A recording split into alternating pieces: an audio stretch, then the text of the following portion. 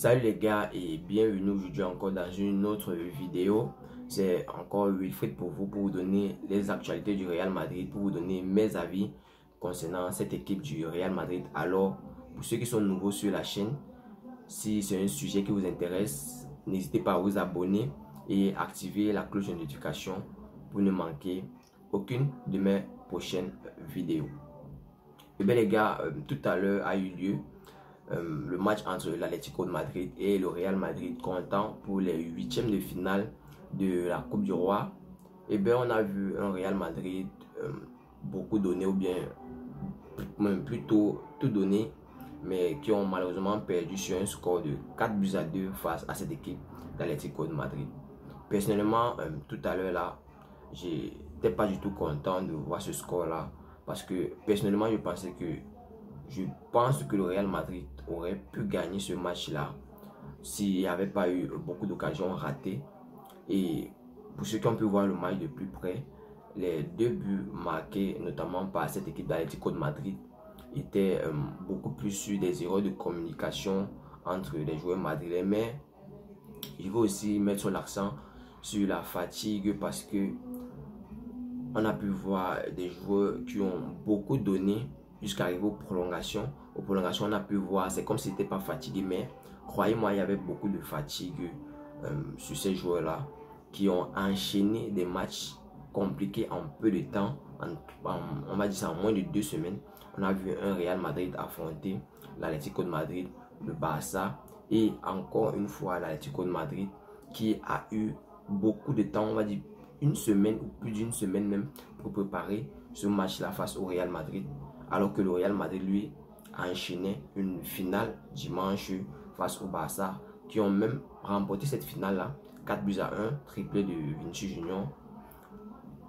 Et bien les gars, je ne vais pas dire que le match de tout à l'heure face à l'Atlético de Madrid était un mauvais match, parce que on a pu voir un Real Madrid qui a tout donné, qui a beaucoup donné même, qui est revenu au score jusqu'à 2 fois avant le coup de sifflet du temps réglementaire. Le Real Madrid est revenu au score 2 fois. On a vu un Vinicius Junior.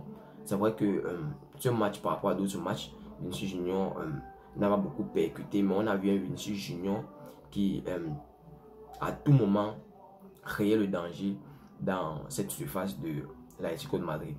Personnellement, je vais donner un chapeau à l'Atlético de Madrid qui a un super beau jeu présentement.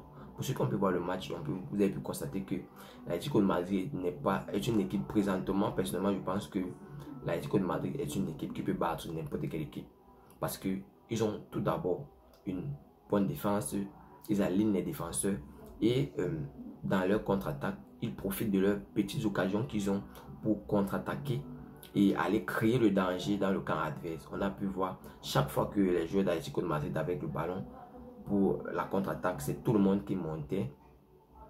Au moment où il fallait barrer, c'était 2 lignes défensives, les gars. Chapeau à l'Atlético de Madrid. Je suis un super gros fan du Real Madrid, mais il faut admirer le beau football et beaucoup d'efforts, L'Atlético de Madrid a mis beaucoup d'efforts dans ce match-là, et je veux saluer cet effort-là. Je veux ici parler du Real Madrid qui n'a pas du tout démérité. Pour ceux qui peuvent penser peut-être que le Real dans ce match-là n'était pas au niveau, croyez-moi, le Real Madrid a beaucoup donné dans ce match. Ils ont enchaîné une prolongation malgré le fait qu'ils se sont retrouvés dans 3 matchs difficiles en juste 2 semaines. Par contre, l'Atlético de Madrid avait eu 1 semaine pour préparer ce match face au Real Madrid. Personnellement, je vais donner un chapeau à cette équipe du Real Madrid. Un chapeau à Jude Bellingham, qui, comme d'habitude, c'est vrai que Jude Bellingham ces derniers temps ne marque pas beaucoup, mais pour ceux qui suivent les matchs du Real Madrid de très près, connaissent la contribution qu'apporte Jude Bellingham dans cette équipe madrilène. On a pu voir sa super belle, son super beau centre sur la tête de Joselu Mato pour l'égalisation du 2e but. C'est tout bonnement incroyable ce que Jude Bellingham accomplit là depuis le début de saison. Il fait comprendre au Real Madrid qu'ils n'ont pas eu tort de dépenser ces 100 millions d'euros pour lui. Personnellement, pour ce qu'il apporte dans cette équipe madrilène, 100 millions d'euros, c'est même petit comparé à tout ce qu'apporte déjà Jude Bellingham et tout ce qu'il va apporter dans cette équipe madrilène dans le futur à venir. on a pu voir Aurélien Tchouaméni encore, non, on a pu voir un Eduardo Camavinga encore très percutant dans ce match-là. Personnellement, Eduardo Camavinga a fait un super beau match. Pour ceux qui ont pu voir le match, Eduardo Camavinga a perdu peu ou presque aucun ballon dans ce match-là. On a pu voir Eduardo Camavinga qui créait aussi le danger, qui portait le ballon, qui a beaucoup porté le ballon dans ce match-là, perdu peu de ballons. Les gars, dans ce match-là, malgré tous les matchs enchaînés par cette équipe madrilène, et tous les blessés aussi recensés, parce que la majorité des joueurs qui étaient, on va dire, le Real Madrid a recensé plusieurs joueurs qui étaient de retour de blessures dans ces 2 semaines. Bon, dans ce mois-ci de janvier, le Real Madrid fait une super belle... Personnellement, le Real Madrid fait un super beau début d'année parce que, ne parlons pas de Vinicius Junior, Eduardo Camavinga, Aurélien Tchouaméni, qui étaient tous de retour de blessures, mais jusque-là, ont enchaîné de super beaux matchs avec cette équipe madrilène. Pour cela, je veux dire un chapeau. Je veux aussi donner un chapeau à Carlo Ancelotti, malgré les difficultés. Les gars, personnellement, je vais mettre un accent sur la fatigue. Personnellement, je pense que ce match du Real Madrid hier devait se dérouler autrement s'ils avaient eu plus de temps de se reposer ou eu plus de temps de planifier ce match-là comme l'a eu l'Atlético de Madrid. Je pense que le Real Madrid aurait gagné ou bien aurait battu cette équipe-là, mais ça a été autrement. Je suis un supporter madrilène. Je voulais juste porter l'accent sur le fait que le Real Madrid n'a pas du tout démérité dans ce match-là. Voyant le calendrier, voyant le temps de jeu chargé, parce qu'on a vu beaucoup d'occasions ratées par cette équipe madrilène. Jude Bellingham, les 2 barres transversales de Rodrigo avant sa sortie. On a aussi vu un Vinicius Junior qui a tenté à maintes reprises sans succès. Mais on reste optimiste et pessimiste.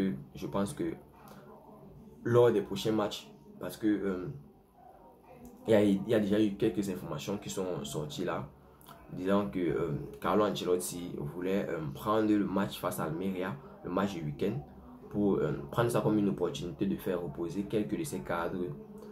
Notamment, je pense que j'espère qu'ils vont pouvoir aussi faire reposer Jude Bellingham. C'est vrai que c'est une pièce maîtresse pour ce jeu madrilène là, mais tout joueur, on va dire ça comment, les joueurs enchaîner beaucoup de matchs sans repos, c'est pas du tout une bonne, on va dire comment, c'est pas du tout une bonne initiative pour cette équipe madrilène.